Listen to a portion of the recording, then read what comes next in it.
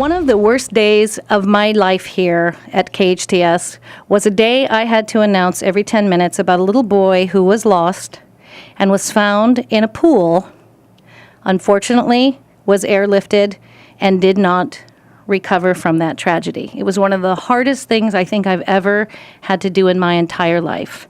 And statistics tell us that drownings are tragic because most of them are children. It's one of the leading cause of accidental deaths in California for children under the age of 5, and it is the second leading cause for children under the age of 14.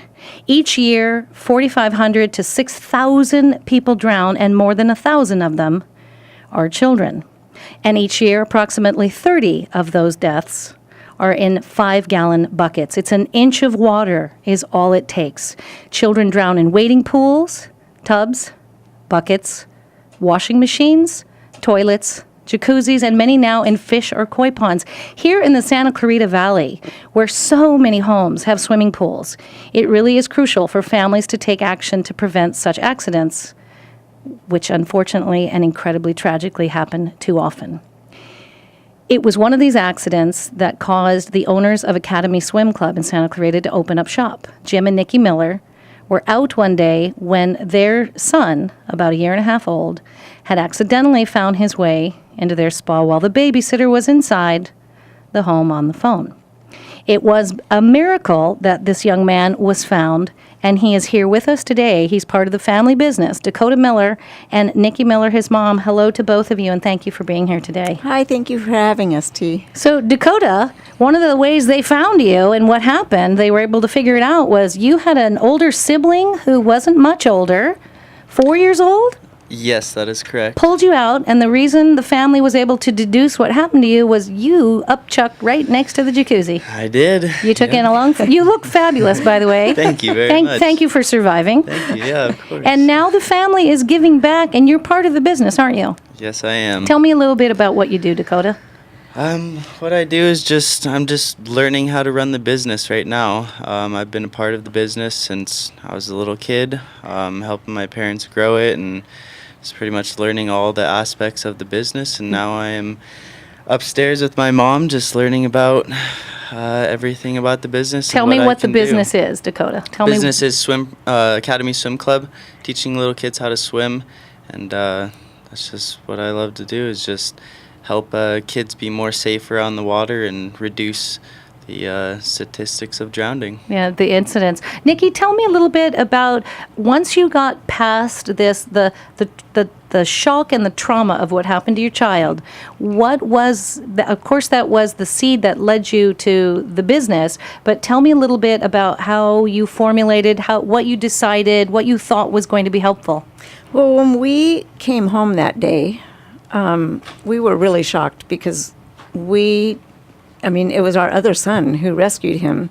And very typically, when something like that happens, it turns into a double drowning.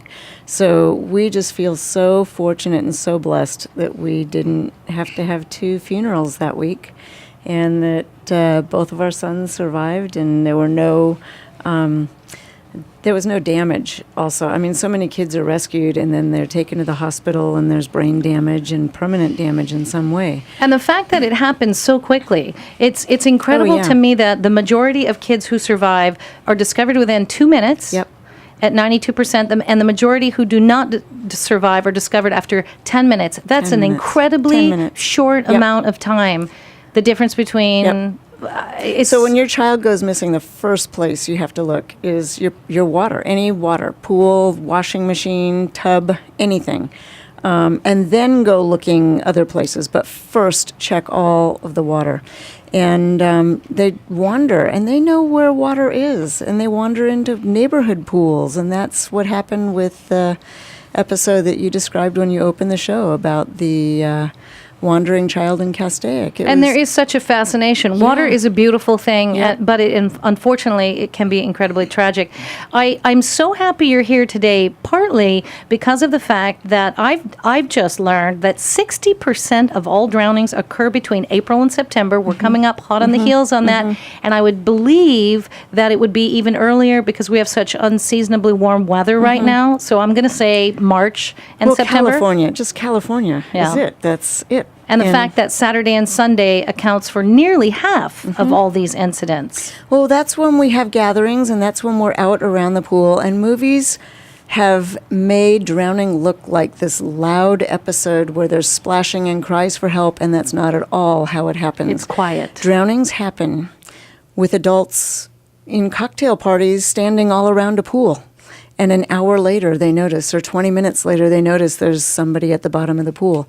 And it's just a few bubbles that come up, and that's it. That's it. That's And it. it happens frequently when in barbecues out in the backyard, when everybody's out there and we think it's safe. It's not. You have to be constantly vigilant with your kids that don't have the skills. Now, in addition to knowing there are things you can do, constant supervision is number one.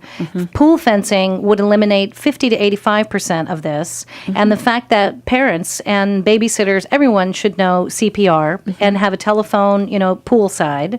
And the fact that your company, your whole goal is to help reduce the national drowning rate. Tell me a little bit about what your company does. We teach children to swim, but we also teach them to love and respect the water. And the respect is so important.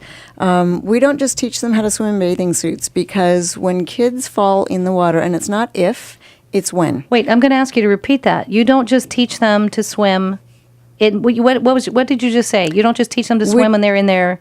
When they're in their bathing suit. They just need to know We teach them to this. swim in their clothes, too. I think that is so important because all of a sudden you realize you've got clothes on, they're heavier. This is a totally different form of swimming than recreational swimming. Right. This is saving a life. Right. That's And we make it part of our curriculum several times a year. Everybody comes in with their clothes on, because it's not if, it's when. Every child is going to fall in the water at least once with their clothes on. I just think that's remarkable because it's a totally different aspect of what to do with your body. What does that feel like? The fact that you're kind of confined. When you're in a bathing suit, you're kind of free. So I think that's really... And it's what you're used to swimming in. You're used Right. to swimming in a bathing suit. Nobody's used to swimming with their shoes on, Right. And now you've got a whole other, aspect to learn.